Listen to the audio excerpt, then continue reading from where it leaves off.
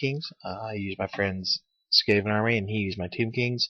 So a little army swap, and we will go from there. Here's a overview of the battlefield. Battle for the past, so we're squaring off long ways against each other. Got a hill, two buildings, one on each side, and a river and a defended bridge. Basically a wall on two sides and a forest. So over there on the left-hand side of his flank, his left flank, I should say, has a Colossus, no extra hand weapon, a Hero Titan, a unit of 8 chariots full command, a unit of Tomb Guard with a king in there. He's kitted out to be all defensive. And then we have a unit of 3 carrion, big skeletal block, and they have a Necrotech with a 2 up, 4 up, something like that. And then the Prince has a 4 up. But on my side of the table here, I have 6 Dragon Rovers. One's a Master, the upgraded Pack Masters, 33 Clan Rats with shields, full command, Bracer on a bell. He's got a Dispel Scroll, Rattling Gun with them. And then I got my Plague Monks in the tower there. They have the Hero Plague character with them. He's a level 2. He has a chain link staff, and then we have a flail. And then we have 2 units of slaves there, one on the middle left and one on the middle right. That's free direction. 40 storm vermin. They have a battle standard bearer in there to be killy, a warlord in there to be killy, and the hell pit. And then this is my first time moving. I just kind of shuffle everything up on the right hand side, and then I shuffle everything up on the left hand side, and that's pretty much all I do. I cast some spells, and I obliterate some skeletons with Scorch. That spell is just insanely good. So, as you can see, a skeleton unit's depleted there. This is his first turn. He just kind of moves up. There's all the dead. So yeah.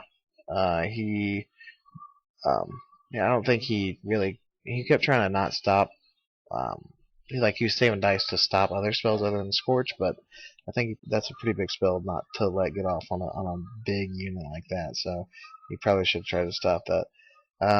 Like I said, he moves up here, and then we go to my turn, go to charges. Don't really do any charging on this flank. You look at it like, oh, you should probably charge, blah, blah, blah. I use my mortar team to redirect and slow him down. So that's where they go. And I, on the other side, I try to declare charges and I don't make it. And I move my other slaves up there to redirect his chariots to swing them around to where they're not going to hit my lines and just kind of fall out there into nothing. So right there, I hit him with a Crack a Ruin and kill a chariot with an initiative test. And then on the other side there, I think I get another Scorch off because of the bell.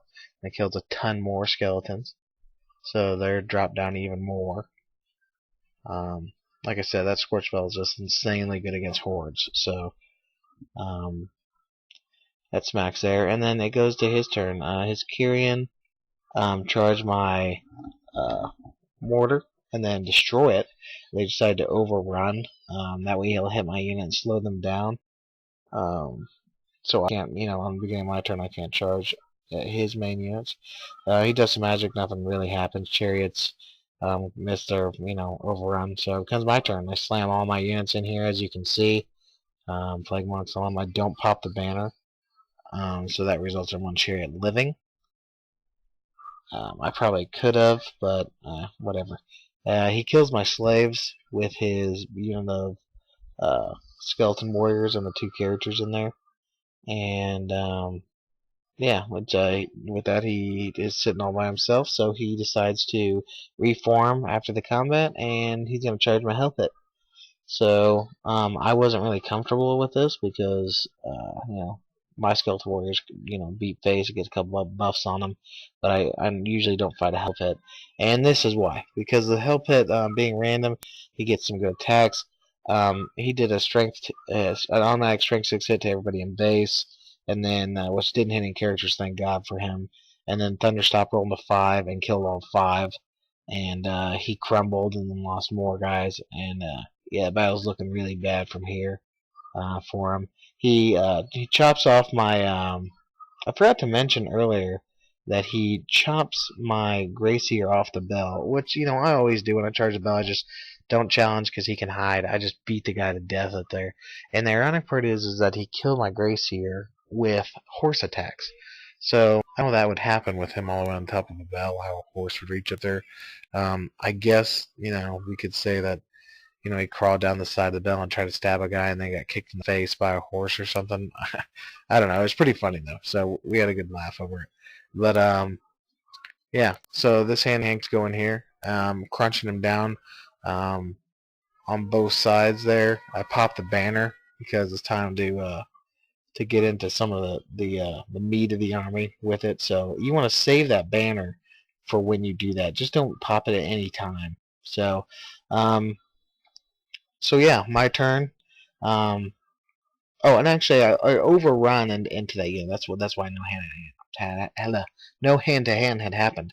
But yeah, I declare a charge here on his unit with my double characters in there to help just drag it down. And then this turn, I pop the banner. It looked like I was in there last turn, because that's what I thought, but I was only like 2 inches out, so it wasn't really much of a charge other than just walk up and start swinging. So, like I said, I popped the banner, and I declare charge of the ogres, and they miss. And this is what happens after the hand-to-hand. My opponent wanted to call it before I even swung.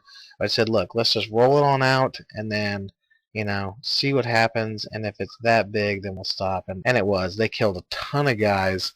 He lost a ton more from crumbling. The bell being unbreakable, it helped. And yeah, it was just over from there. So things I probably learned from this battle is Chafe really hurts chariots, especially really big units like that. And I'm something I'm trying to get around. So if any of you guys know any way to use chariots effectively with Tomb Kings, like I said earlier, I'm all ears. Your monsters have to get stuck in. He was real patient. It kind of hurt him. Skaven magic is insanely good. Um, every time I see anyone use it against me, or I use it myself playing, my buddies, it just does so good. So, and the last thing is the hell pit. I mean, he's ridiculous, and he's one of the reasons why everybody takes the flaming banner. So, hey, you're thinking I don't need that 15-point banner. Don't get caught in the open, in a tournament. You end up playing a Skaven player. It's almost mandatory in their list. It seems like it's basically built in there. Like when you see a Skaven player's list, it's Hell Pit and then whatever else. So depend on it being there if you play Skaven. And yeah. So with that being said, great game. My opponent, took his beating well, like you do, when it happens. And hope you guys enjoyed. So see you soon.